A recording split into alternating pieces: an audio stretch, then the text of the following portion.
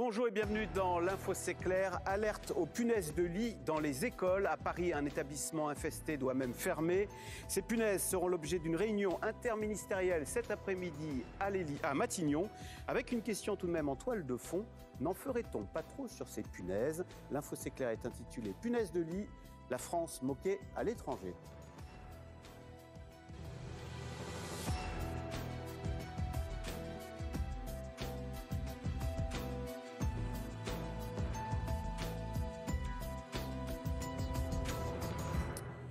Nicolas Roux de Bézieux, bonsoir. Vous êtes cofondateur de Bad Bug, spécialiste des nuisibles, et votre livre qui tombe à point nommé, Punaises de lit, le manuel pour s'en débarrasser définitivement aux éditions Larousse. J'imagine que les ventes, là, doivent être subitement en train de décoller, vous nous raconterez.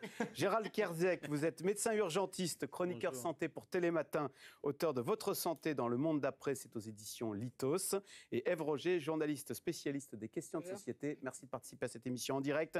Donc après les appartements, après les hôpitaux, après les transports, la punaise de lit s'installe dans les établissements scolaires. Et c'est sérieux, dans un lycée parisien du 12e arrondissement, les enseignants ont fait valoir leur droit de retrait après la découverte de punaises de lit dans les locaux, sujet de Victoria Rouxel. L'établissement est complètement vide. Ici, au lycée Elisa Lemonnier, les punaises de lit ont fait fuir tous les élèves et professeurs. Cet enseignant d'histoire-géographie a exercé son droit de retrait pour la première fois de sa vie. C'est une véritable catastrophe. On ne sait pas dans quelle mesure ce lycée, qui est le plus gros lycée professionnel de Paris, dans quelle mesure il est infesté. Et le rectorat, donc le ministère de l'Éducation, nous on leur a demandé de fermer le lycée, de faire un diagnostic, de nous dire telle partie est intacte, vous pouvez y aller. Pourquoi pas, on attend ce diagnostic. À l'intérieur du lycée, une demi-douzaine de salles de travail sont infestées par les punaises. C'est le CDI, on voit bien qu'il y a... Parmi elles, le centre de documentation ou encore la salle des professeurs.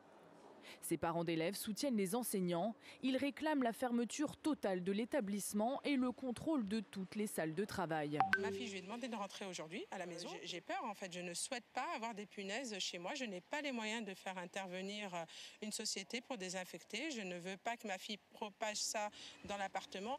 Contacté, le rectorat a indiqué que le traitement des punaises de lit a eu lieu hier après-midi et que la situation est sous contrôle.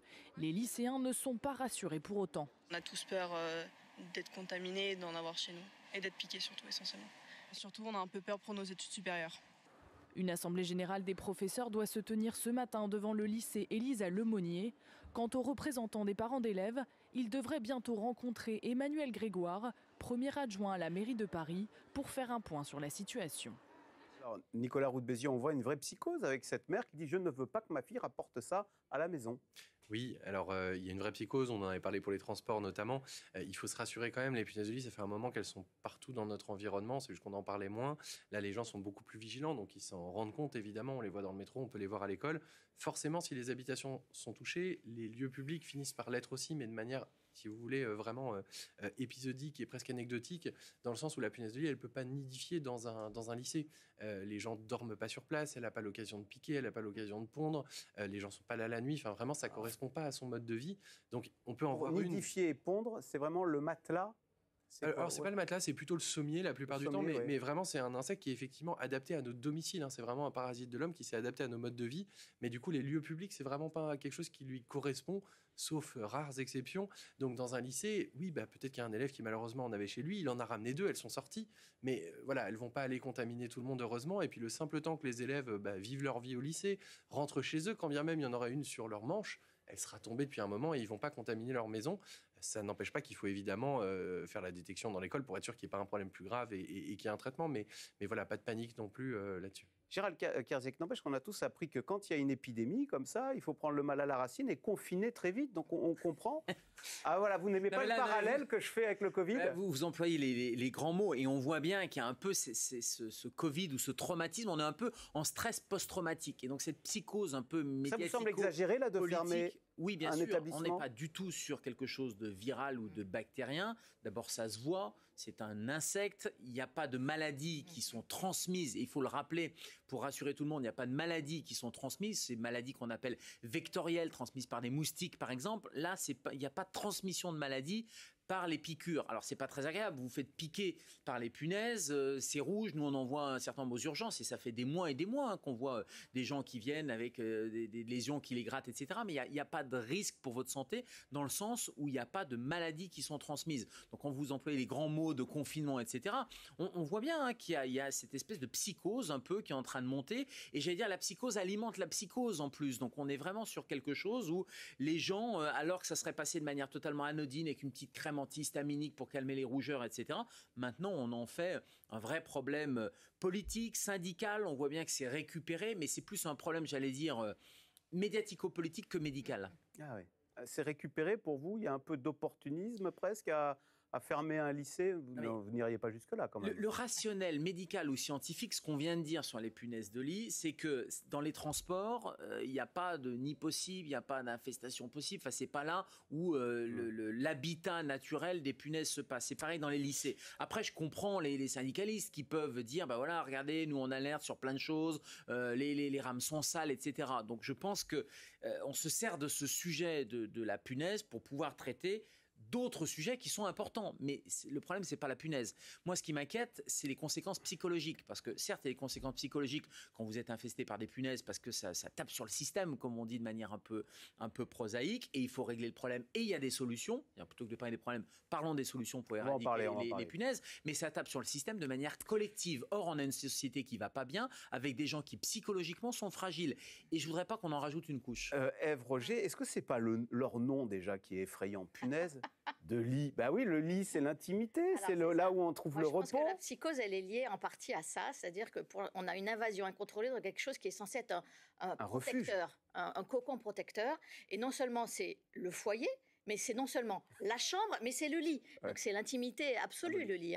Donc ça, cette psychose, je pense qu'elle est liée à ça. Puis elle est liée à quelque chose, comme je l'ai dit, c'est incontrôlé. C'est-à-dire, on n'a pas la main dessus. C'est-à-dire que c'est hasard, malchance, vous la récupérez dans un sac, une valise, un voyage, vous n'y pouvez rien. Et le troisième levier de la psychose, il me semble-t-il, c'est que ça croise aussi l'inquiétude du moment, c'est le pouvoir d'achat. C'est-à-dire que quand vous en avez chez vous, eh ben, il faut traiter. Et on sait aujourd'hui, donc l'ANSES, l'agence de sécurité sanitaire, dit c'est à peu près 866 € par foyer pour nettoyer. En réalité, ça dépasse souvent les 1 000 €. Donc en fait, c'est trois critères qui font de ce sujet-là une psychose. Et je n'avais pas pensé à ce que vous venez de dire, le terme punaise de lit. Ouais. Voilà. Juste alors, ces punaises de lit, vous parliez de psychose, peut-être un emballement un peu démesuré. C'est vrai que c'est le regard que portent les étrangers sur cette psychose française. Regardez, écoutez, parce que du coup, c'est devenu un sujet international. Et aux États-Unis, ils sont mi-ironiques quand ils parlent de cette invasion de punaises dont serait l'objet la France. On écoute cette correspondance de Franck Genozo à New York. Toutes les grandes chaînes de télévision ici, sans exception, ont évoqué ce qu'elles appellent le scandale des bedbugs, les punaises de lit. CNN, Fox News, ABC, NBC, elles prennent même le train, a-t-on pu entendre sur la chaîne CBS. Alors ce phénomène des punaises de lit, il est connu ici aux États-Unis. À Las Vegas, l'été dernier, des hôtels ont dû fermer des chambres à cause d'une invasion. À New York, où je me trouve, le phénomène existe, il est récurrent. Mais c'est vrai que ce n'est pas l'image que se font les Américains de la France et de Paris, toujours considéré comme un must en matière d'élégance et de romantisme. Les médias soulignent que c'est désormais une course contre la montre dans laquelle est engagée la capitale parisienne à 10 mois des Jeux Olympiques. C'est également un enjeu économique majeur puisque 2,5 millions d'Américains se déplacent chaque année pour visiter la capitale française. Et je vous propose que, regardez, vous savez, le fameux Late Show américain là, de Jimmy Fallon, qui se moque de la France, voilà, béret, baguette, vin rouge et punaise de lit, Emmanuel Macron et ses punaises de lit. Ève Roger, non, je me mets à la place des touristes qui se disent, tiens, est-ce qu'on va aller en France? Ils se disent, si c'est pour attraper des punaises de lit... Alors après, je pense que les touristes, ceux qui voyagent beaucoup, ils savent qu'il y en a partout dans les grandes villes mondiales, c'est-à-dire New York, Londres, Sydney, en Australie, il y en a partout. Bon. Je pense qu'il y a un problème moins du côté des touristes que de l'image de la France à l'international, effectivement, à 10 mois des Jeux Olympiques. Donc c'est extrêmement important et capital, et sans doute c'est l'enjeu majeur de cette crise, c'est que la France n'apparaisse pas comme étant passive et indifférente à ce problème-là, qui est un problème qui touche tout le monde, comme on l'a dit, puisque ça touche au niveau de l'intimité. Donc il faut absolument qu'avant les Jeux Olympiques, la France montre, Et c'est ce qu'elle a fait, c'est ce que fait le gouvernement. La France montre qu'elle est là, qu'elle agit et qu'elle est là au chevet des Français et des étrangers qui vont venir cet été aux Jeux Olympiques. Alors après, sur l'effet des touristes, moi je pense qu'il peut y avoir un effet, vous savez, on a beaucoup parlé des Parisiens qui louaient leur Airbnb à des prix x5, x10 pendant les Jeux Olympiques. Je pense que quand même, cette petite crise va peut-être réduire le commerce des logements Airbnb pendant l'été. Nicolas Roux de Bézieux, c'est vrai quand même que c'est très stigmatisant d'être vu comme ayant des punaises de lit. Il y avait l'autre jour un couple qui disait on ne le dit pas, parce que quand on dit qu'on a des punaises de lit, on n'est plus invité nulle part, et deux, les gens refusent de venir chez vous. C'est-à-dire, vous les invitez, ils ne viennent pas. Alors, vous l'avez constaté ? A raison pendant l'infestation, c'est-à-dire qu'il vaut mieux effectivement éviter d'accueillir chez vous. Par contre, vous pouvez alléger les gens en faisant attention. Ah oui, mais on est vu comme un pestiféré. Non, mais évidemment, et c'est le problème, parce qu'en fait, ça concourt de cette augmentation générale, parce que comme les gens n'en parlent pas, tout le monde fait les mêmes erreurs, on n'a pas conscience que ça existe, et on avait un gros défaut de sensibilisation en France. Cette bulle médiatique et ce buzz a au moins ce mérite-là, c'est que sur le long terme, ça va avoir un impact très positif. Les gens ont découvert que les punaises de lit existaient. Ils ont découvert, j'espère, avec tous les sujets qu'on a fait, les gestes de prévention pour éviter d'en ramener, éviter de contaminer ses proches, et ça va permettre de réduire en fait la durée entre le début de l'infestation et son éradication. Or, plus cette durée est longue, plus le risque de propagation est fort. Donc c'est très bien. Alors, quand même, on va regarder des images de la vraie gêne qu'occasionnent ces punaises de lit. C'est une habitante de Toulouse qui témoigne sur les ravages dans son appartement de la punaise de lit. On regarde. On a déjà fait 2 traitements, on a aussi tout nettoyé au Vaporetto, on a inspecté tous les matelas, on a lavé tous les draps à plus de 60 degrés, c'est pas mal de fois, on a lavé les couettes à 80, tout ça. Mais malgré ça, on n'arrive pas à s'en débarrasser, donc on espère que cette fois-ci c'est la bonne. Il faut savoir que dissimulée le jour dans les matelas ou les sommiers, la punaise sort la nuit, attirée par le sang de sa victime qu'elle pique jusqu'à 90 fois, provoquant parfois des réactions allergiques. Gérald Kierzek, c'est quand même désagréable, là. Puis il y a de vraies rougeurs. Hein. C'est très désagréable, ça fait jamais plaisir d'avoir des rougeurs. Il y a des réactions allergiques qui sont rarement des réactions généralisées. Vous ne faites pas un œdème de Quick ou un choc anaphylactique avec une piqûre punaise de lit, mais ça peut prendre une dimension un peu locale et régionale sur un membre, par exemple, qui est très désagréable. Et puis les conséquences psychologiques. Cette dame, on sent qu'elle est fatiguée, elle est épuisée. On voit bien que ça a des conséquences importantes. Mais, encore une fois, on n'est pas sur quelque chose pour lequel on n'a pas de solution. Il y a des solutions qui existent. Il n'y a pas de maladie grave à long terme. C'est-à-dire qu'une fois que vous avez réglé le problème, il n'y a plus de punaises, il n'y a plus de piqûres. Il n'y a pas de maladie qui va être inoculée et que vous allez garder de manière chronique. Je pense au parallèle aussi avec la maladie de Lyme, vous savez, dont on a beaucoup parlé avec les tiques, où là, il y a des maladies de Lyme chroniques, il y a des vrais problèmes à long terme. Là, ce n'est pas le cas avec les punaises. Alors, par contre, c'est très stigmatisant aussi, on le disait, il faut le rappeler. La gale, c'est une maladie de la mauvaise hygiène, parce que la gale, c'est la promiscuité, quand il y a des conditions d'hygiène difficiles. Les punaises de lit, ça n'a rien à voir avec l'hygiène. C'est-à-dire qu'on peut très bien avoir un appartement très beau, se laver 3 fois par jour, etc., et quand même avoir des punaises dans son matelas et se faire piquer. Alors, Nicolas Roux de Bézieux, quelques conseils avant, on va ensuite voir quand il faut appeler un professionnel qui va venir traiter votre appartement, mais est-ce qu'il y a d'abord des conseils de base, des petites astuces à faire pour éviter de ramener chez soi des punaises de lit, je ne sais pas, quand on revient de vacances. Bien sûr. Alors, les 2 causes d'infestation majeures, c'est les séjours hors de chez soi, que ce soit en France ou à l'étranger, peu importe. Donc là, la première chose, c'est que si on a un doute dans un hôtel, dans un Airbnb, parce qu'on a été piqué, parce qu'on a vu des petites traces un peu inquiétantes quand on a regardé la tête du lit, avant de rentrer chez soi, on met toutes les affaires de sa valise dans des petits sacs. Ces petits sacs, dès qu'on arrive, ils partent directement au congélateur où ils sont lavés à 60 degrés.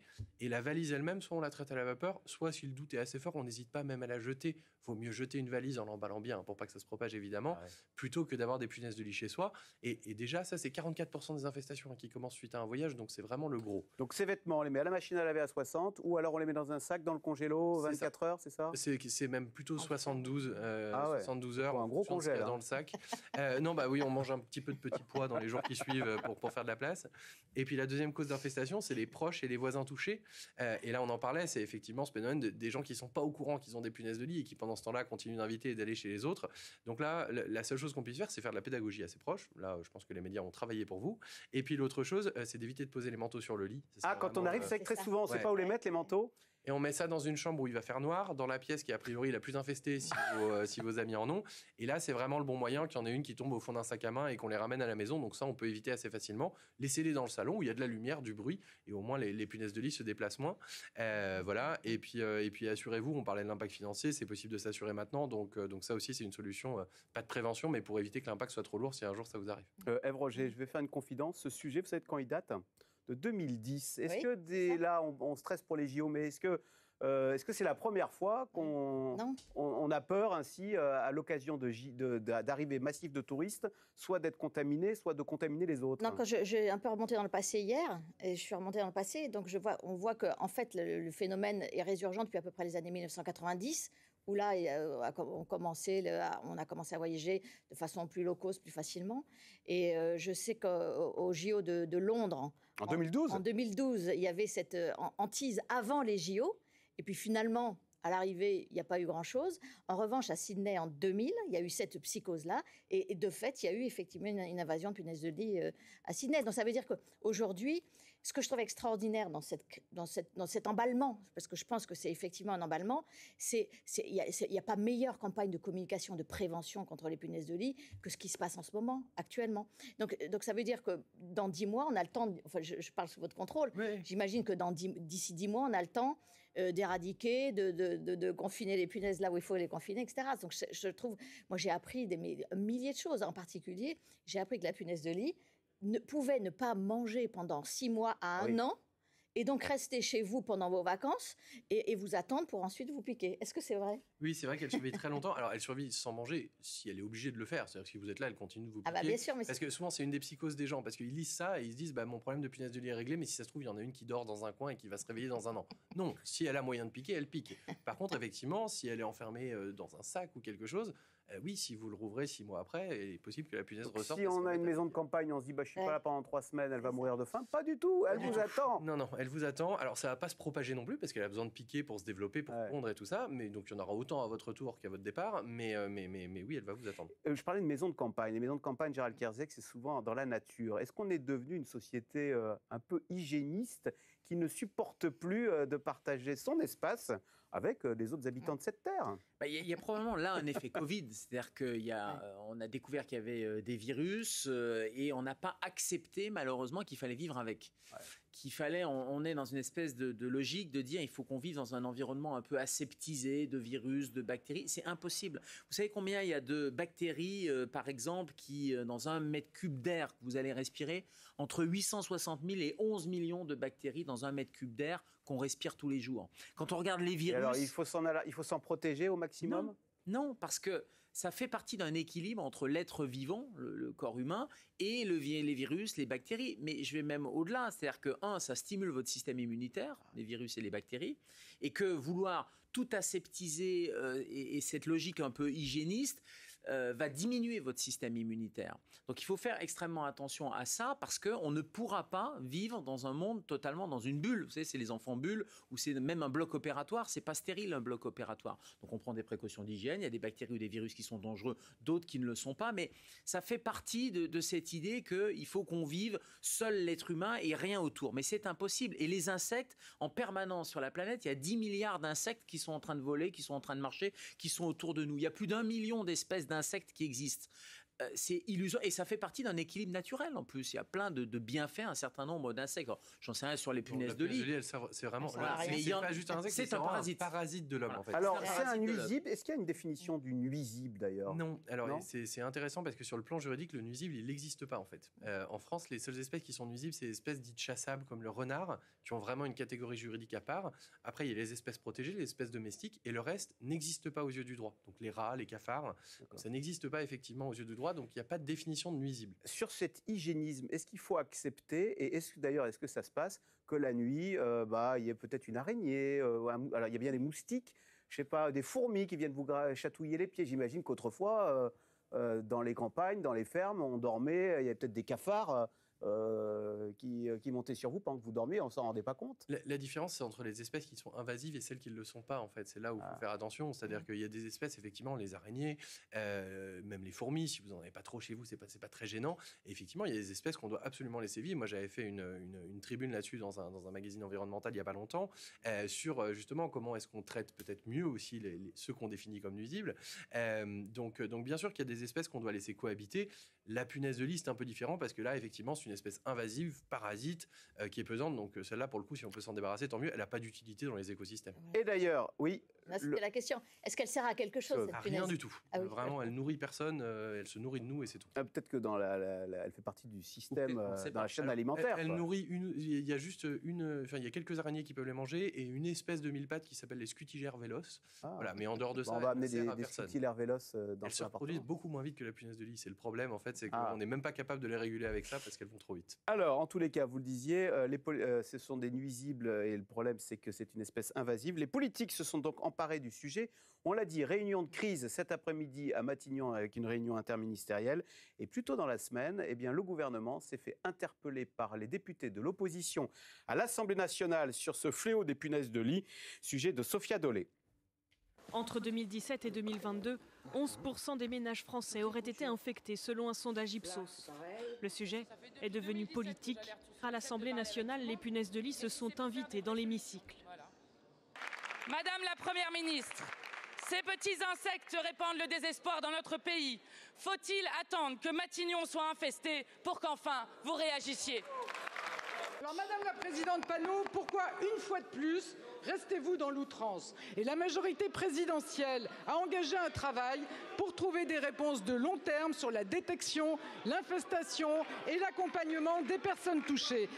Alors, Ève Roger, quand on voyait Mathilde Panot avec sa fiole... Oui. Ça vous a pas rappelé Colin Powell à l'ONU avec l'anthrax, voilà, bien sûr, quand on dénonçait les armes de destruction massive. Oui, ça m'a rappelé aussi François Ruffin qui avait brandi un paquet de pâtes à l'Assemblée pour parler au moment des APL, des aides au logement pour les étudiants qui avaient été diminuées de 5 €.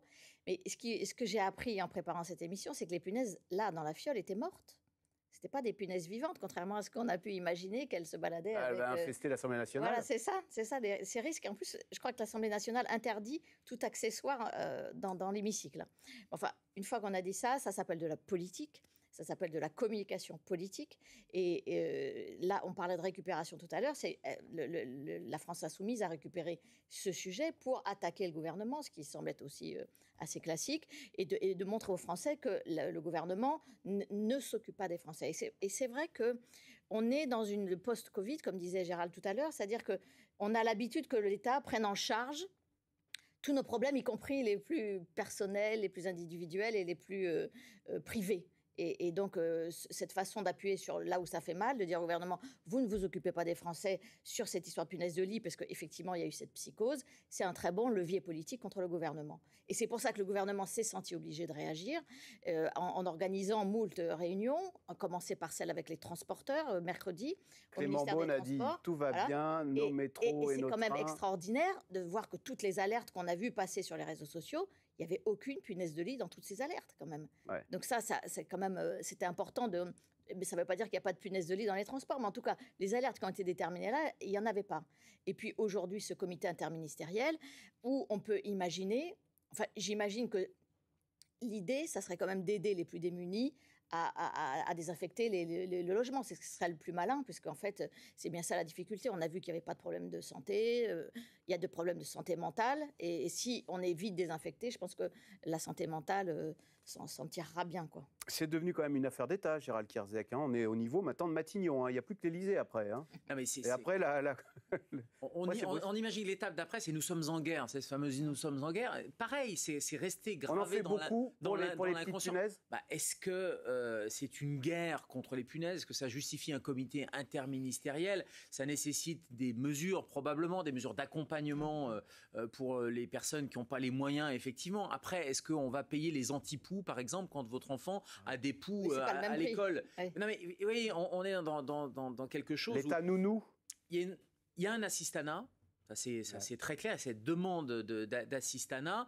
Il y a une société un peu hypocondriaque, on le disait aussi, et ça, c'est un vrai changement sociétal. Alors, est-ce que le politique est là pour alimenter ou au contraire pour calmer les choses, pour rassurer? Moi, je pense que l'État, mais quand je dis l'État, c'est aussi les médias, c'est aussi les médecins, prendre un peu de hauteur sur les sujets, donner de manière objective un certain nombre d'informations et de ne pas alimenter une psychose. Quand il faut s'affoler, on s'affole et on alarme. Quand il ne faut pas s'affoler, au contraire, une posture un peu plus de recul sans rentrer dans cette surenchère de communication. Parce que là, on est clairement dans de la communication. En tous les cas, comment se débarrasser de ces punaises de lit? Il faut faire appel à des professionnels. Et vous parliez tout à l'heure du prix de l'opération. Ça peut coûter très cher, d'autant qu'attention, parce qu'on peut être l'objet d'arnaques ou de prix multipliés par 2, de tarifs opportunistes.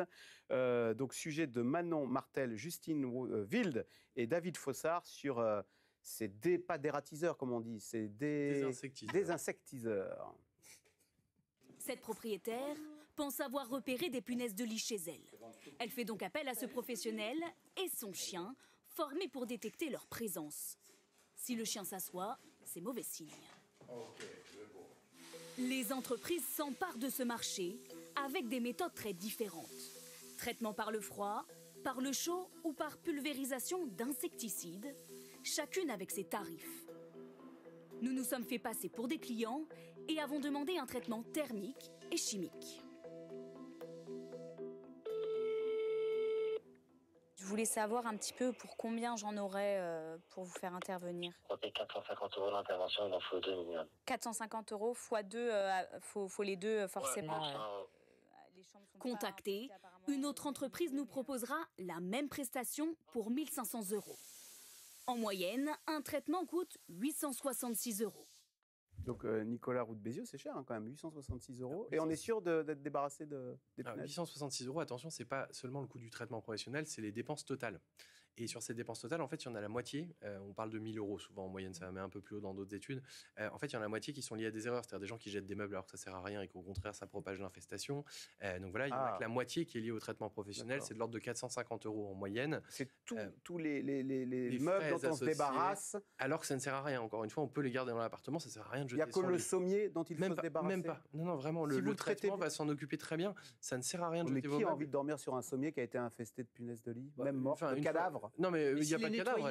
S'il est nettoyé. S'il est sain. Parce que le problème, c'est que si vous prenez votre matelas et vous le trimballez dans tout l'appartement, vous allez en mettre dans tout l'appartement. Vous allez le mettre dans la rue. Si c'est pas signalé punaise, vous allez contaminer quelqu'un qui va le récupérer parce que quelqu'un va récupérer votre matelas. Et on propage en fait le problème plutôt que de régler la solution. Et encore une fois, c'est un problème psychologique. C'est-à-dire qu'à un moment donné, psychologiquement, il faut qu'on arrive à se dire, à se raisonner en disant le problème est réglé, il n'y a plus de punaises, je peux très bien dormir sur mon matelas. Nicolas Roux de Bézieux, c'est quand même compliqué de désinfester un appartement.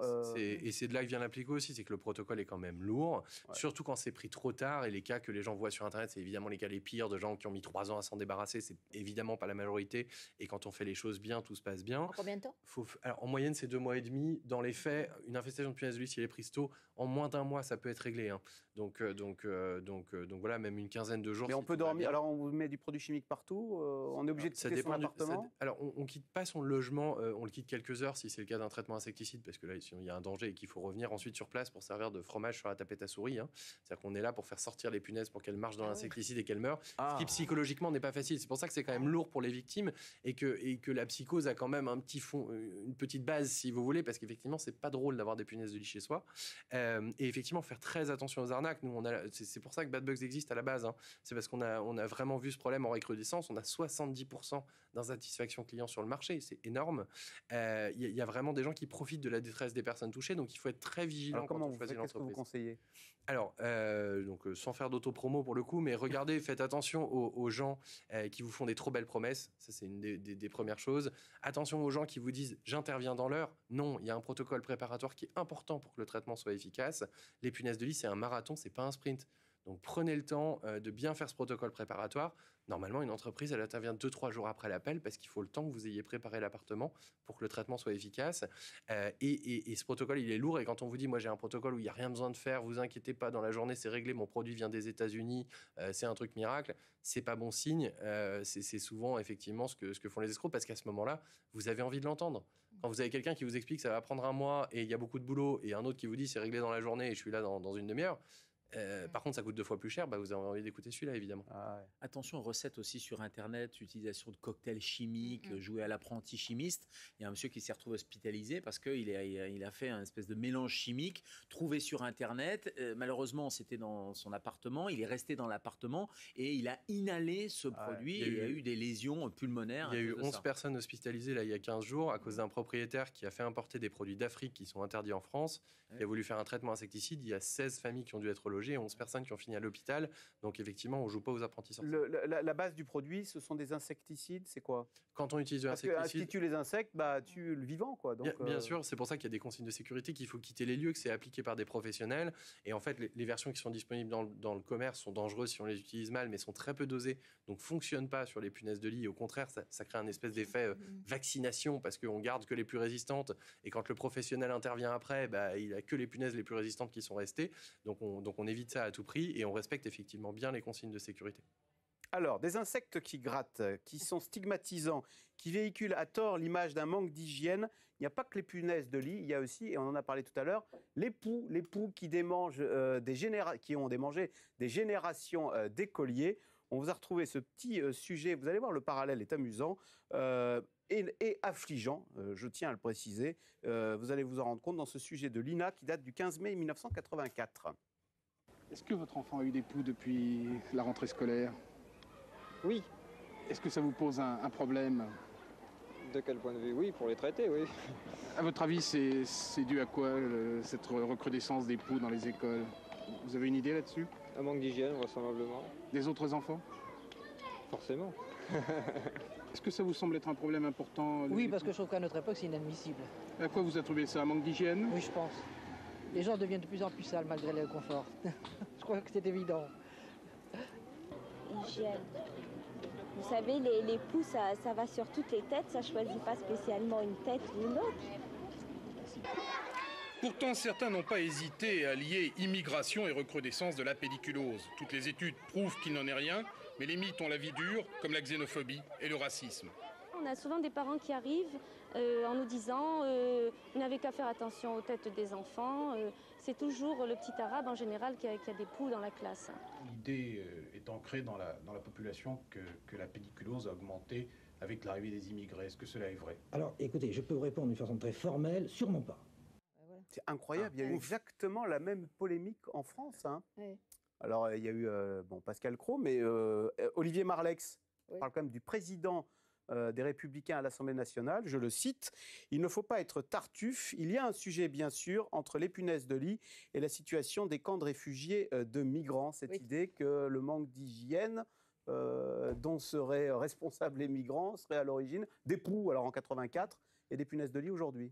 Bien sûr qu'il peut y avoir des camps de migrants qui sont infestés, parce que les migrants sont des êtres humains comme nous, et que la comme les touristes américains est un parasite de l'être humain.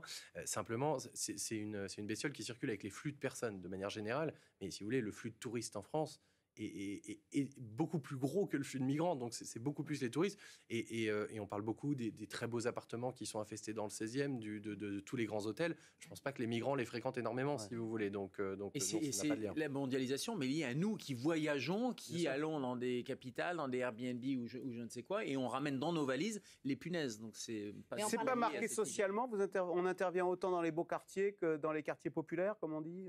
Non. Oui, tout à fait, ça touche toutes les catégories socio-professionnelles à part égale, simplement on n'a pas tous les mêmes moyens pour lutter. C'est-à-dire que les catégories populaires, évidemment, n'ont pas forcément les moyens de payer les traitements et tout ça, donc c'est plus compliqué pour elles parce qu'elles sont durement touchées.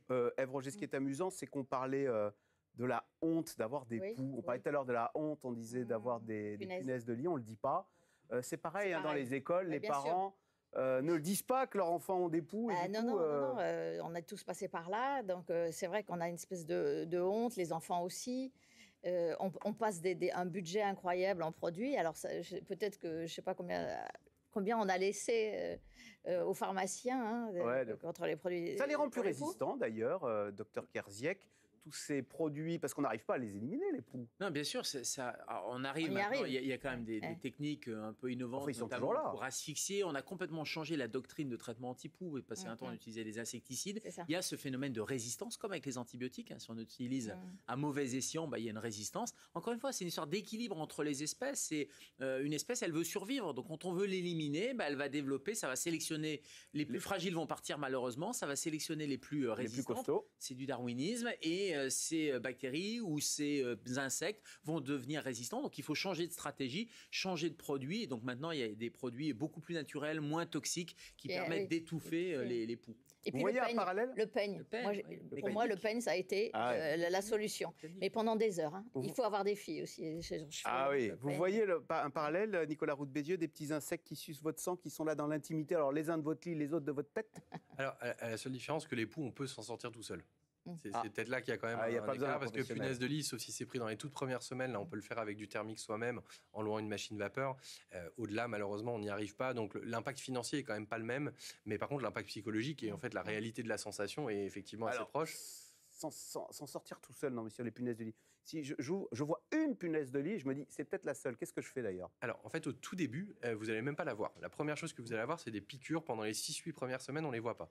Pendant cette période-là, quand vous avez un doute, effectivement, n'hésitez pas à louer une machine vapeur. Vous passez tout votre sommeil. On a fait un tuto sur le site qui détaille toute la méthodologie. C'est un peu long à expliquer comme ça d'un coup, mais pour utiliser la machine vapeur sur le sommier pour les éliminer, ça coûte pas très cher. Si ça marche pas, vous n'aurez pas aggravé le problème. La vapeur est à plus de 60, puisqu'on a compris qu'il faut une température de 60 degrés. La vapeur, elle sort même du coup à 100, entre 100 et 180 selon le type de machine. Donc ça les tue sur le coup, pour le coup.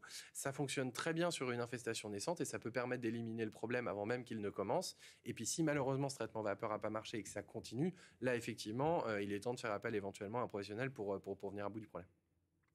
Alors, si la France n'est pas forcément le pays des punaises, c'est à coup sûr le pays de Ratatouille. Vous savez, ce petit rat de Walt Disney en charmant chef cuisinier. Mais de fait, en matière de rats, nous sommes servis. Ils prolifèrent dans nos villes, petites et grandes. Voyez ce reportage dans un quartier d'agglomération à côté du Havre. Sujet d'Adrien Develay et Lisa Gamonet. Des rats qui gambadent gaiement sur les pelouses sans se soucier une seule seconde des humains autour. Ce genre de vidéo, ce riverain en a plein. Ça, c'était quand, monsieur ? Il y a 2 mois de ça. Il y a 2 mois, on arrivait là, il y en avait des rats, il y en avait partout, ça jouait, ça montait sur les poubelles, c'est affreux, quoi. Depuis le mois de mai, les rongeurs se sont multipliés autour de ces immeubles. Les habitants ont fait plusieurs signalements à leur bailleur social, Alcéane. Ils savent bien, puisque c'est eux qui ont mis les petits pièges. C'est pas suffisant pour vous ? Pas du tout, et puis en plus c'est récurrent, c'est tous les ans, tout le temps. Des rats, ça ne s'arrête pas comme ça. La loi interdit par exemple aux particuliers de mettre eux-mêmes du poison. Dès le mois de juin, les agents d'Alcéane ont donc placé des pièges. Donc nous on va positionner ce genre de boîte qui correspond parfaitement à ce que la législation nous oblige de faire. À savoir que ces boîtes-là ne sont pas censées capturer les rats. Et lorsqu'il aura consommé un certain pourcentage de poison, il va décéder 6 à 8 jours plus tard. Alors, Roger, c'est vrai qu'à Paris, on les voit, mais on en voit partout. C'est spectaculaire, c'est vrai qu'on les croise. Alors, ça me fait penser au confinement. Vous savez, on avait le droit de se balader une demi-heure ou une heure dans Paris. Et là, il y en avait partout parce que c'était tellement calme. Là, ça va être l'inverse au JO. C'est-à-dire que qu'est-ce qui fait sortir les rats des égouts ? Il y a 2 choses. Il y a les déchets. Et donc, on imagine que tous ces milliers de personnes qui vont venir pour les JO, il va y avoir des déchets. Et donc là, il va y avoir prolifération des rats, mais plutôt après les JO. Et puis, il y a une deuxième chose, c'est qu'il y a beaucoup de travaux en ce moment, justement, pour préparer les JO. Donc, c'est pour ça qu'on dit qu'aujourd'hui, à Paris, il y a à peu près 1 à 2 rats par personne. Donc, chacun pourrait adopter son petit ratatouille.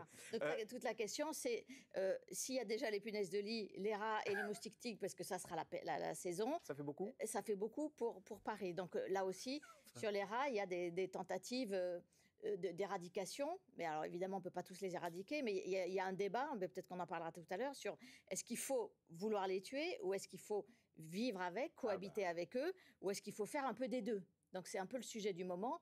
Donc, au Conseil de Paris, les écologistes, ils disent qu'il faut apprendre à vivre avec les rats. Et donc, il ne faut plus les appeler les rats, il faut les appeler les surmulots. Et puis, évidemment, vous avez une autre tendance qui est de dire qu'il faut les éradiquer. Et donc, par exemple, la ville de Paris a mis en place des corbeilles anti-rats, des corbeilles de rue, des poubelles, pour empêcher les rats d'aller jusqu'aux déchets dans les poubelles. Mais c'est un sujet qui va devenir sans doute aussi politique. Alors, Gérald Kerziak, justement, votre point de vue là sur est-ce qu'il faut apprendre à cohabiter, à partager la nature, enfin l'espace avec les animaux, ou est-ce que le rat est dangereux pour l'homme et il faut s'en débarrasser? Est-ce que c'est dangereux ou pas? Et globalement, si le rat vous attaque pas, vous mord pas. A priori, les rats ne mordent pas, il n'y a pas de risque. Alors, il y a une maladie qui est véhiculée par les rats, ça s'appelle la leptospirose, qui est une maladie bactérienne, mais c'est plutôt une maladie professionnelle. Les vétérinaires, les égoutiers, ce qu'on appelle la maladie des égoutiers, parce que c'est transmis par, c'est une bactérie qui est dans les égouts, dans les eaux, éventuellement dans les eaux de baignade, si vous êtes dans des endroits qui sont infectés. Mais globalement, il n'y a pas de risque particulier, hormis cette leptospirose. Et d'ailleurs, les professionnels les égoutiers notamment sont vaccinés contre la leptospirose, puisqu'il existe un vaccin. Mais dans l'inconscient collectif, le rat, c'est la peste. C'est ça le problème. Or, c'est faux. C'est la peste, c'est pas les rats qui sont forcément les gros vecteurs. Oui, c'est une maladie qui n'a. C'est plutôt dans l'inconscient collectif. Il y a le symbole du rat, mais c'est un faux symbole finalement. C'est un faux message que de penser que ça véhicule la peste. C'est pas parce qu'il y a beaucoup de rats à Paris qu'il va y avoir une épidémie de peste. Nicolas Roux de Bézieux, pourquoi cette explosion de rats? Alors on dit, mais je ne sais pas qui c'est, qu'on s'interdit aujourd'hui des raticides qu'on s'autorisait auparavant, mais on se les interdit aujourd'hui parce qu'il faut quand même y tuer tous ces raticides et qu'on est justement, on essaye un petit peu d'interdire le DDP, enfin tous ces produits chimiques qui bousillaient la nature. Alors sur les raticides, non, pour le coup on utilise toujours les mêmes produits, simplement il y a une réglementation qui est passée qui interdit ce qu'on appelle l'appâtage permanent, c'est-à-dire vous avez souvent des boîtes dans vos immeubles, dans les cages d'escalier. Avant il y avait tout le temps du rodonticide à l'intérieur et en fait maintenant on n'en met que quand il y a des rats, mais ce qui fait que comme c'est pas toujours vérifié très souvent, ça éloigne les choses. Pourquoi on a fait ça? Parce qu'en fait on est sur la 2e génération de rodonticides, c'est aujourd'hui la seule solution chimique qu'on ait pour lutter contre les rats et que certains risquent de développer des résistances si on les expose trop. Or il faut quand même qu'on garde cette solution pour l'avoir sous la main si potentiellement un jour on a une infestation qui est trop forte, effectivement, et le rat, on parlait de la peste. Parce qu'à la fin la nature est toujours plus forte, elle s'adapte aux produits chimiques. Donc l'idée c'était de limiter l'usage pour ça. Le rat effectivement il peut être dangereux un jour sur des risques pandémiques. La peste c'était plutôt les puces, mais les puces qui piquaient le rat puis qui piquaient l'homme. Donc effectivement le rat, faut quand même contenir la population, sachant qu'effectivement on va avoir une explosion avec les JO. Il faut savoir qu'une femelle rat, quand elle mange bien, 6 semaines plus tard, elle fait 7 petits. On sait qu'avec la JO, il va y avoir une grosse disponibilité alimentaire, parce qu'il y aura des déchets dans la rue. Et donc, on parle beaucoup de l'héritage des JO. Il risque d'y avoir quand même un héritage qui est une belle population de rats à Paris, qui, dans un scénario catastrophe, pourrait faire x3,5 sur une population qui est déjà quand même très importante. Donc, il y a probablement effectivement des campagnes de dératisation à faire en amont. Et pour l'instant, je trouve pas assez anticipé. Et là, on devrait beaucoup être en train de faire de la dératisation pour limiter la population de départ, qui va augmenter avec les JO et qui reviendra au seuil où il y a ces poubelles en plastique maintenant, donc les rats ils arrivent à crever le plastique, non? Ouais, et puis les rats tout ça sont extrêmement intelligents pour le coup, dans les espèces nuisibles c'est une de celles qui est la plus intelligente. Ils sont très débrouillards, c'est assez impressionnant, d'où le fait d'ailleurs qu'il y ait beaucoup d'empathie et qu'il y ait certaines personnes qui disent qu'il faut qu'on cohabite avec eux parce que c'est un animal qui suscite de l'empathie. On le disait, il n'y a pas de définition pour les nuisibles. Une des choses qui fait qu'on définit une espèce comme nuisible ou pas, c'est est-ce qu'on a de l'empathie pour l'espèce en question dans le langage courant. Et effectivement, le rat, j'avais un hamster, on l'appelait le rat, mais ça ressemble un peu. Pas les hamsters. C'est vrai, mais je comprends pas pourquoi vous l'appeliez le rat. Parce que c'était pour être méchant avec lui, mais on l'aimait bien. Il y en a de partout, dans les hôpitaux, il y a de partout, dans les couloirs des hôpitaux, vous voyez se balader les rats. Parce que, ici, il y en a, il y a les petites souris. Des déchets, oui, il y en a absolument partout. Et là encore, c'est pas parce qu'il y a une mauvaise hygiène, ou voilà, il y a des rats, il va falloir cohabiter. Alors après, dans quelle proportion? Et c'est trouver le bon équilibre. En sachant que la mairie de Paris demande de plus en plus, et notamment les écologistes, qu'on fasse des traitements non létaux. Alors, c'est quelque chose qui est possible, ça existe. Maintenant, on peut faire des traitements notamment avec... Ça veut dire quoi, non létaux? Alors, il y a deux choses. C'est soit on capture et on relâche. À l'échelle de Paris, c'est pas possible parce qu'on va pas relâcher 3 millions de rats en forêt de Fontainebleau. Pour les écosystèmes, ce serait pas génial. L'alternative, c'est de faire de la contraception. Est-ce que j'ai la stérilisation, bien sûr. Le problème de la contraception, c'est qu'il y en a deux. Il y a un problème réglementaire déjà parce que la ville de Paris interdit les perturbateurs endocriniens depuis 2017 et par définition des contraceptifs c'est des perturbateurs endocriniens. On leur fait manger des... C'est ça, des contraceptifs. Et l'autre chose, c'est que ça coûte beaucoup plus cher. C'est idem pour les traitements non insecticides pour les punaises de lit, c'est plus cher. Et aujourd'hui, la commande publique, elle n'est pas orientée comme ça. Parce qu'un rat, vous lui donnez rodonticide une fois, il est mort. Vous lui donnez un contraceptif, il faut lui en redonner quelques semaines après pour que ça marche. Donc c'est possible, mais il faut orienter la commande publique comme ça. Et là, on n'a peut-être pas le temps avant les JO. Là, on a un pompier qui est en train d'éteindre l'incendie. C'est peut-être pas le moment de lui demander s'il utilise de l'eau recyclée, si vous voulez. On verra peut-être un peu plus tard pour ça. Alors, en matière de nuisibles, la France doit compter avec de nouvelles espèces invasives, comme le moustique tigre, qui a envahi la quasi-totalité du territoire. Mais le sujet est pris très au sérieux, parce que ce moustique tigre peut véhiculer des maladies graves, pour le coup, comme la dengue.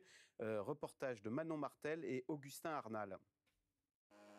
En pleine nuit, masque sur le visage et combinaison de protection, ces agents tentent de tuer le moindre moustique tigre.